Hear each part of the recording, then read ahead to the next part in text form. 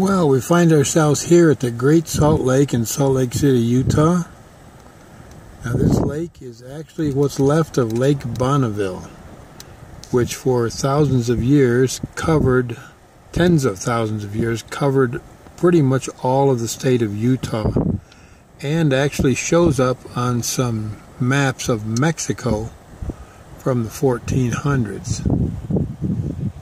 And Lake Bonneville has dried up and through certain events escaped into the desert, and for the longest time, for hundreds of years, the natives used this to fish and hunt.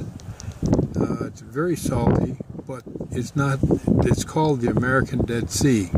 It is not a Dead Sea at all, because the brine shrimp and the small flies that live on it create an incredible ecosystem for the birds and creatures that live around it, buffalo, antelope, things of that nature.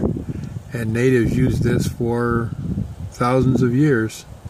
Now, what happened, the lake started to rise, and as the Salt Lake City in about 87, the lake continued to rise until about the early 90s. The government put in large pumping stations and pumped this water out into the desert. And if you can see that brown line right about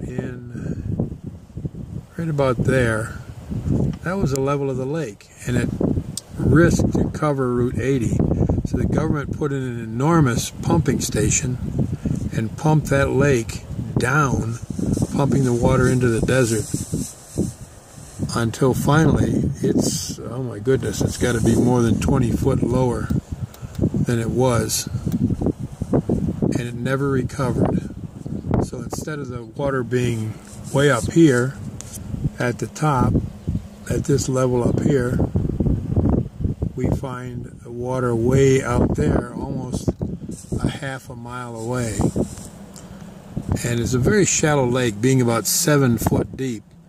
So they show that the lake can be very severe. There's sailors and boaters out there, but it can develop instantly 8-foot waves on this lake. The lake is 75 miles right now, 75 miles long and 35 miles wide. But like I said, it used to cover the entire state of Utah, plus went down into Mexico.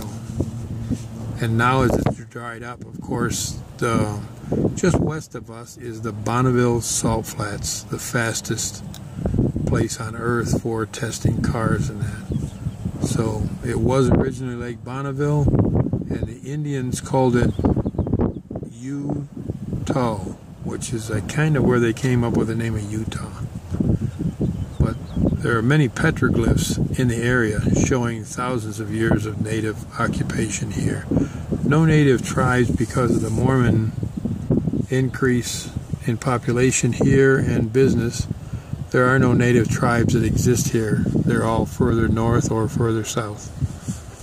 And I'll try to find the native tribes locally.